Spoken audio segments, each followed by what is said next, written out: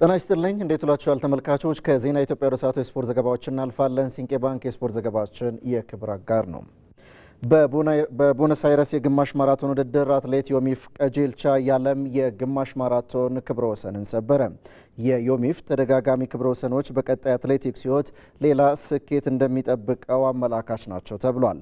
በተመሳሳይ በሴቶች በተደረገ ውድድር ፎተን ተስፋይ ቀዳሚ ሆና አጠናቃለች። ነጻነት ጫን ያለው በዝርዝር ተመልክቶታል። ከ13 ዓመታት በፊት በሻክታር ዶኔስክ የታዳጊዎች ሻምፒዮና የመጀመሪያ የወርቅ ሜዳሊያን ለሀገሩ ያስገኘው አትሌት በ3000 እና በ5000 ሜትር ባስመዘገባቸው ተደጋጋሚ ድሎች በብዙ ርቀት የተጠበቀ የቀነኒሳ በቀለ ተተኪ በሚል በርካታ ትኩረትን ያገኘ ነበር። አትሌት ዮሚፍ ቀጀልቻ በተለይ በ5000 እና በ10000 ሜትር ውድድሮች የኢትዮጵያን የበላይነት የማስቀጠል ኃላፊነት የተጣለበት ዮሚፍ ቀጀልቻ ኢትዮጵያን በወከለባቸው የኦሎምፒክና የዓለም ሻምፒዮና ውድድሮች በተጠበቀው ልክ አልተገኘም። በዶሃና በቶኪዮ የዓለም ሻምፒዮናዎች ለጥቂት ወርቁን የተነጠቀው አትሌት 2 የብር ሜዳሊያዎችን አስመዘገበ። ታዲያ ከተደጋጋሚ ሙከራዎች በኋላ የብር ሜዳሊያን በማሳካት አሁን የትራክ ውድድሮች በቁኝ ሲልም አሳወቀ። ታዲያ ብዙ ሳይቆይ ወደ ጎዳና ውድድር በመግባት በቫሌንሺያ ግማሽ ማራቶን 57 ደቂቃ ከ30 ሴኮንድ በመሮጥ አዲስ የዓለም ክብረ ወሰንን በመስበር ጀመረ። በመቀጠል በስፔን ፋክሳ ካስቲዮን የ10 ኪሎ ሜትር የጎዳና ሩጫ ዳግም የዓለም ፈጣን ሰዓትን አስመዘገበ። በ2026 የለንደን ማራቶን በታሪኩ ለመጀመሪያ ጊዜ ሙሉ ማራቶን የሮጠው ዮሚፍ ቀጀልቻ ታይቶ በማይታወቅ መልኩ በመጀመሪያ ሩጫው ከ2 ሰዓት በታች የሮጠ ቀዳሚ አትሌት በመሆን ሁለተኛ ደረጃን ይዞ አጠናቀቀ። ያኔ ዮሚፍ በማራቶኑ የነገ ሀገር ተረካቢ አልጋ ወራሽ ነው በሚል የኢትዮጵያውያን ልብ ውስጥ መንገስን ጀመረ። ለሀገሬ ገና አልሰራሁም ብዙ ይቀረኛል የሚለው ዮሚፍ ቀጀልቻ በዚህ የጎዳና ላይ ውድድር ለክብረ ወሰኖች የተወለደ መስሏል። ትናንት በአርጀንቲና ቦነስ አይረስ በተካሄደው የግማሽ ማራቶን ውድድርም አትሌቱ 56 ደቂቃ ከ51 ሴኮንድ በመሮጥ ዳግም በአዲስ የዓለም ክብረ ወሰን ተገለጠ። ከቀድሞ ክብረ ወሰንም 29 ሴኮንዶችን በማሻሻል ውድድሩን በበላይነት አጠናቀቀ። አሁን ዮሚፍ ከትራክ ውድድሮች በበለጠ መልኩ ለማራቶን ውድድሮች በልኩ ተሰፍቶ ተገኝቷል። ለዚህ አምሳያው ደግሞ በቅርብ ጊዜያት በተደጋጋሚ የታዩ የአትሌቱ አንጸባራቂ ውጤቶች ሕያው ምስክር ናቸው። ለሀገሬ ብዙ አልሰራውም ለሚለው ዮሚፍ ታዲያ ቀጣይ ዓመታት ብሩህ ገጸ በረከትን ይዘው የሚመጡም ይመስላል። ይህም በግል ደረጃ የማራቶን ክብረ ወሰንን ከመጨበጥ በተጨማሪ እንደ አውሮፓውያን አቆጣጠር ወርሃ መስከረም ቤጂንግ ላይ በሚደረገው የዓለም አትሌቲክስ ሻምፒዮና ዮሚፍ በፈርቀዳጅነት ታሪካዊ የወርቅ ሜዳሊያን ለሀገሩ ለማስገኘት ይሮጣል ተብሎም ይጠበቃል። የዮሚፍ ጅምር ኢትዮጵያውያን አሁን ላይ እያስመዘገቡ ያሉት የማራቶን ውጤቶችን በበላይነት የሚያስቀጥል ይሆናል በሚልም ይታመናል። በሌላ በኩል ትናንት በተደረገው በዚህ የቦነስ አይረስ የግማሽ ማራቶን ውድድር ታደሰ ወርቁና በረከት ነጋም ሁለተኛና ሶስተኛ ደረጃን ይዘው ያጠናቀቁ ኢትዮጵያውያን አትሌቶች ናቸው። በሴቶች በተደረገ ውድድር ደግሞ ሌላኛዊቷ አንጸባራቂ ወጣት አትሌት ፎተን ተስፋይ 1 ሰዓት ከ03 ደቂቃና 57 ሴኮንድ በመሮጥ ኬንያውያኑን እስከ 5ኛ በማስከተል ውድድሩን በበላይነት አጠናቃለች። አትሌቷ የቦታውን ክብረ ወሰንን በማሻሻል ጭምር ነው ያሸነፈችው። በሴሌሲያ የዳይመንድ ሊግ ውድድር ኢትዮጵያውያን አትሌቶች በተለያዩ ርቀቶች አሸንፈዋል። በሴቶች 1500 ሜትር የዓለም የቤት ውስጥ ሻምፒዮና ጽጌ ዱጉማ የግል ምርጥ ሰዓት በማስመዝገብ ርቀቱን ፈጽማለች። አትሌቷ 3 ደቂቃ ከ55 ሰከንድ ርቀቱን ለማጠናቀቅ የወሰደባት ጊዜ ነበር።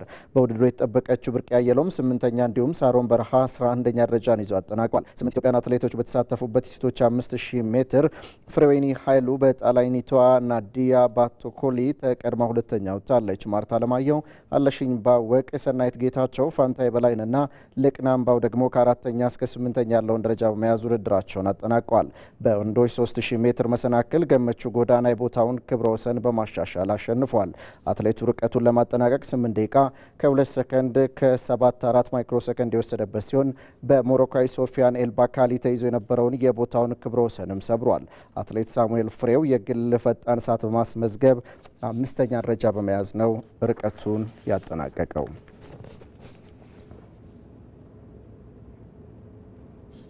የአርሲ ቮሊቦል ክለብ የ2018 ዓ.ም የኢትዮጵያ ክልል ክለቦች የቮሊቦል ሻምፒዮና አሸናፊ በመሆን የዋንጫ ባለቤት ሆነ።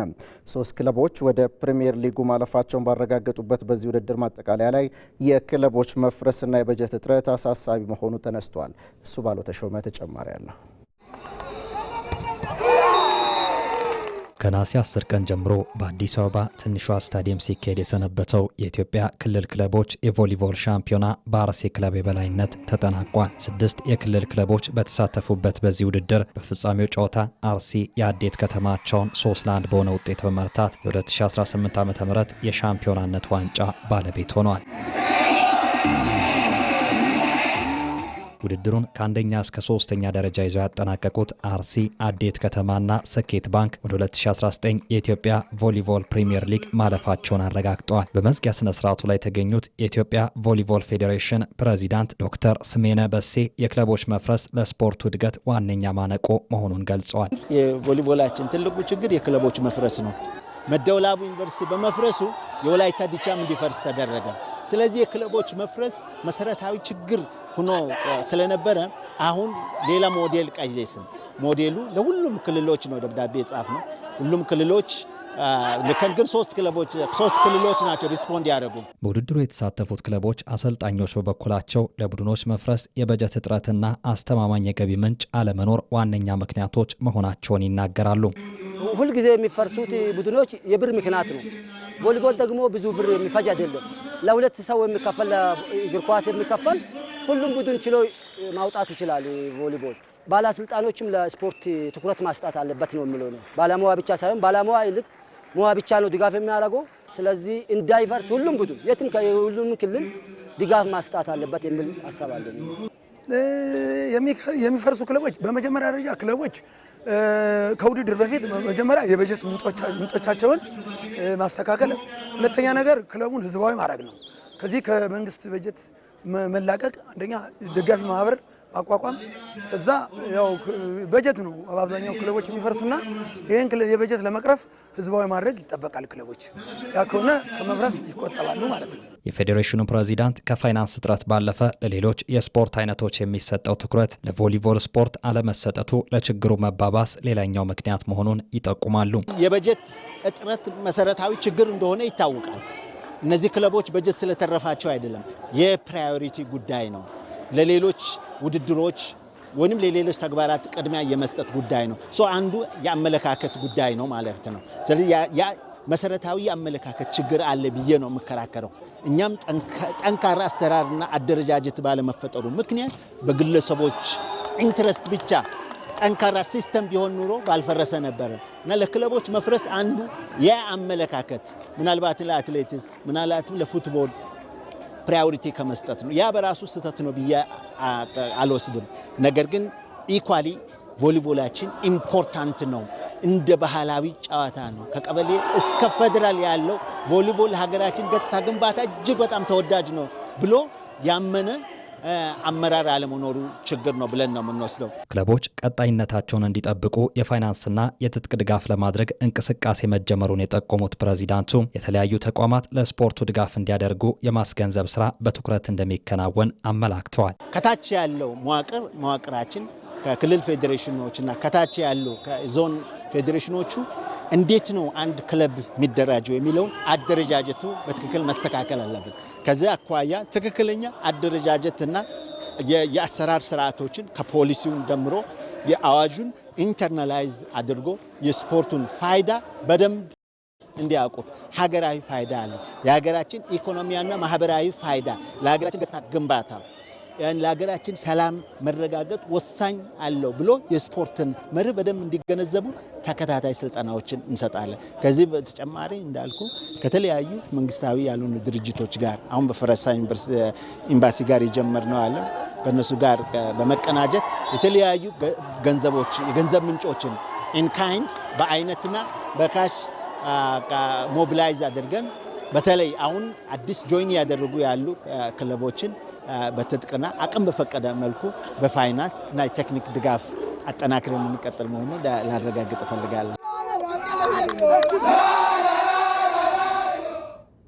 በዓለም ዙሪያ የሚገኙ ትውልደ ኢትዮጵያውያን መጥተው አዲስ አበባን እንዲጎበኙ ለማድረግ ከባለድርሻ አካላት ጋር በቅንጅት እየሰራ መሆኑን የአዲስ አበባ ከተማ አስተዳደር ወጣቶችና ስፖርት ቢሮ አስታውቋል። በሀገር ውስጥ የሚገኙ ታዳጊዎችም ወደ ሌሎች ሀገራት በመጓዝ የልምድ ልውውጥ የሚያደርጉበት እድል ለመፍጠር እየተሰራ መሆኑን የተገለጸው። ይበልጣል ሰውነት በካናዳ የሚኖሩ ትውልደ ኢትዮጵያውያን ታዳጊዎችን ወላጆችንና አስተባባሪዎችን ያቀፈው የአሸናፊ ግርማ ስፖርት አካዳሚ ልዑክ የአዲስ አበባ የጉብኝት መርሃ ግብሩን ቀጥሎ እያከናወነ ይገኛል። በቀድሞ የኢትዮጵያ ብሔራዊ ቡድንና የኢትዮጵያ ቡና ተጫዋች አሸናፊ ግርማ የሚመራው ልዑኩ ከጉብኝቱ ጎን ለጎን በመዲናዋ ከሚገኙ ልዩ ልዩ አካዳሚዎች ጋር በሚደረጉ የወዳጅነት ውድድሮች ላይ መሳተፍ ጀምረዋል። በጉብኝቱ የተሳተፉት ታዳጊዎች በአዲስ አበባ እየተካሄደ ባለው የስፖርት መሰረተ ልማት ግንባታና በከተማዋ ውበት መደነቃቸውን ለኢቲቪ ገልጸዋል። ሀገራችን ማየት ከሌሎች ልጆች ማስተዋወቅ ራሳችን እኔ ስፖርት ፋሲሊቲ ይሄ በጣም ያምራል ያሰሩት እኔ ደስ ብሎኛል። ኢትዮጵያ እዚህ ካናዳ ከመሄዴ በፊት ኢትዮጵያ እንደዚህ አይነቶች አይቼ አላውቅም እና እዚህ ሳያቸው በጣም ገርሞኝ ነበር እና በቃ በጣም ደስ ብሎኛል እንደዚህ ስላለ። የወላጆች ተወካዮች በበኩላቸው የአይነቱ ጉብኝት ስለ ኢትዮጵያም ሆነ ስለ አፍሪካ የሚሰራጩ የተሳሳቱ ትረካዎችን እንደሚያፈርስ ተናግረዋል። ብዙ ጊዜ አፍሪካ ሲባል ምንም ነገር የሌለ ምንም የማይታወቅ ምንም ነገር በቃ የሌለ ነው የሚመስላቸው አፍሪካ ሲባል፣ ግን መጥተው ልጆቻችን ምን እንዳለ ሲያዩ በጣም ደስ ይላል። በቲቪ መጽሐፍ በማንበብ ሊሆን ይችላል ስለ ኢትዮጵያ የሚያውቁት ማለት ነው። ስለዚህ አሁን እነሱ ደግሞ እዚህ መጥተው በአይናቸው አይተው የነዚህ አሁን ቀደም ብዬ ገለጽኩትን አይተው ወደፊት ትውልድ ደግሞ ለማስተላለፍም ይጠቅማቸዋል ማለት ነው። የቀድሞዋ የኢትዮጵያ ብሔራዊ ቡድን ግብ ጠባቂና ኢንተርናሽናል ዳኛ በአሁኑ ወቅት የአካዳሚው ከ10 ዓመት በታች ቡድን አሰልጣኝ ትራስ ገብረ ዮሐንስ በበኩሏ በሀገር ውስጥ የሚገኙ ታዳጊዎችም ወደ ካናዳ በመጓዝ ተመሳሳይ የልምድ ልውውጥ የሚያደርጉበትን እድል ለመፍጠር እየተሰራ ነው ብላለች። ጥሩ ለውጥ ነው ያለው። ምክንያቱም ከዚህ በፊት እኛ አፈር ሜዳ ላይ ነው የምንሰራው። አሁን ስመጣ ግን በየቦታው ሜዳ ነው፣ አርቲፊሻል ነው የተሰራ። በጣም ጥሩ ለውጥ ነው ያለው እና በዚሁ ቢቀጥል ሞር ደግሞ ቢሰሩ ሞር ፓርኮች ለህፃናት እና በጣም ጥሩ ለውጥ አለው። ቆንጆ ነው። አሁን እዚህ የሚጫወቱት የልምድ ልውውጥ ነው። እንደምታዩ ሲጫወቱ ጥሩ ልጆች የሚባሉትም እኛ ብቻ ሳይሆን እነሱም ወደዛ የሚመጡበትን መንገድ እየተመቻቸ ነው ያለውና ለእነሱም ጥሩ እድል ነው ብዬ አስባለሁ። አዲስ አበባ ከተማ ወጣቶችና ስፖርት ቢሮ ኃላፊ አሰግደው ኃይለ ጊዮርጊስ በበኩላቸው በዓለም ዙሪያ የሚኖሩ ትውልደ ኢትዮጵያውያን መጥተው የትውልድ ሀገራቸውን እንዲጎበኙ ከተለያዩ ባለድርሻ አካላት ጋር በቅንጅት እየተሰራ መሆኑን አስታውቀዋል። ትውልደ ኢትዮጵያውያን ሆኖቹ በተለያየ ዓለም ላይ ይገኛሉ። ስፔሻሊ በአውሮፓ በአሜሪካ ይገኛሉ። ስለዚህ ከተለያዩ ዲፕሎማሲዎች ጋር ከተለያዩ አገራቸውን ከሚወዱ አገራቸውን ከሚደግፉ የቀድሞ ስፖርተኞች ጋር በመቀናጀት ሁሉም ወደዚህ እንዲመጡ የማድረግ ስራ በጋራ መስራት እንዳለብን የቅዳችን አካል አድርገን ከፌዴራል መንግስትም ከፌዴራል ባህልና ስፖርት ሚኒስቴርም ጋር ከፌዴራል ወይም የኢትዮጵያ የእግር ኳስ ፌዴሬሽንም ጋር በጋራ ተቀናይተን የመስራት ስራ እየሰራን ያለ ነው።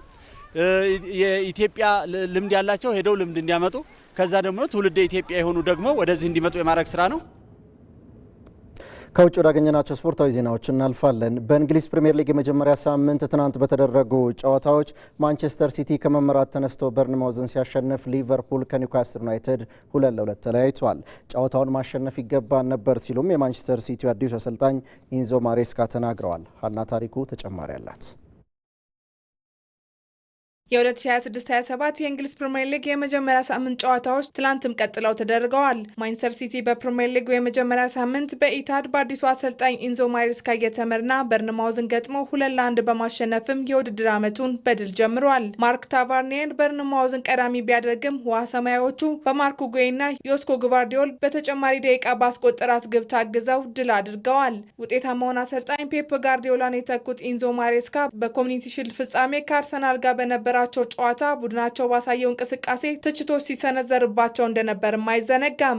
የቡድኔ እንቅስቃሴ ድንቅ ነበር፣ ጨዋታውን ማሸነፍ ይገባናል ብዬ አስባለሁ። ይህንን ጨዋታ በጊዜ መጨረስ ነበረብን፣ ምክንያቱም እነሱ ግብ ከማስቆጠራቸው በፊት የተወሰኑ የግብ ዕድሎችን አግኝተን አልተጠቀምንባቸውም። በክለቤ የመጀመሪያ ጨዋታዬን በማሸነፌ ተደስቻለሁ። ከአርሰናል ጋር ከነበረን ጨዋታ በብዙ መልኩ ተሻሽለናል የሚል እምነት የለኝም። በቀጣይ እንደ ቡድን ለመሻሻል ግን እየሰራን እንገኛለን ሲሉም አሰልጣኝ ኢንዞ ማሬስካ ከጨዋታው መጠናቀቅ በኋላ ሀሳባቸውን ሰጥተዋል። ወደ ሴንት ጄምስ ፓርክ ያቀናው ሊቨርፑል በጭማሪ ደቂቃ ግብ ታግዞ 2-2 በመለያየት የውድድር ዓመቱን ጀምሯል። ጨዋታው በተጀመረ በ5ኛው ደቂቃ ላይ አንቶኒ ላንጋ ኒውካስልን መሪ ቢያደርግም ውጤቱን ግን ማስጠበቅ አልቻሉም። ጆ ዊሎክ የኒውካስልን ሁለተኛ ግብ ከመረብ ሲያሳርፍ ለሊቨርፑል ኮዲ ጋክፖም እና ዶሚኒክ ሶቦስ ላይ ጨዋታው ሊጠናቀቅ ሰከንዳት ሲቀሩ ግብ አስቆጥረው ከጨዋታው 1 ነጥብ ይዘው እንዲወጡም አድርገዋል። ኒውካስል የትላንቱን ጨምሮ በሜዳው ከሊቨርፑል ጋር ያደረገውን 11ኛ ጨዋታ ነው ትላንት ማሸነፍ ያልቻለው። የሊቨርፑል አዲሱ አሰልጣኝ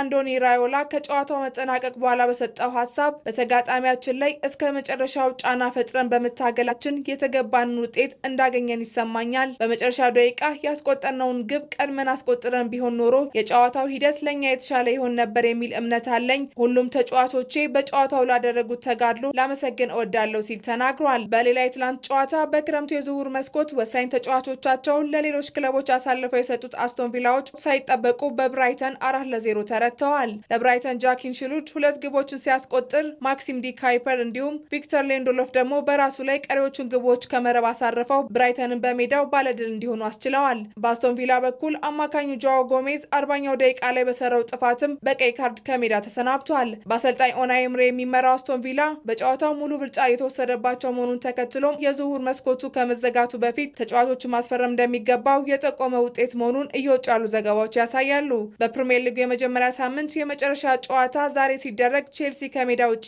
ፉላምን ይገጥማል። አሰልጣኝ ዣቪ አሎንሶ ቼልሲን እየመራ በፕሪሚየር ሊጉ የመጀመሪያ ጨዋታውን ከፉላም ጋር ምሽት 4 ሰዓት ላይ የሚያደርግም ይሆናል።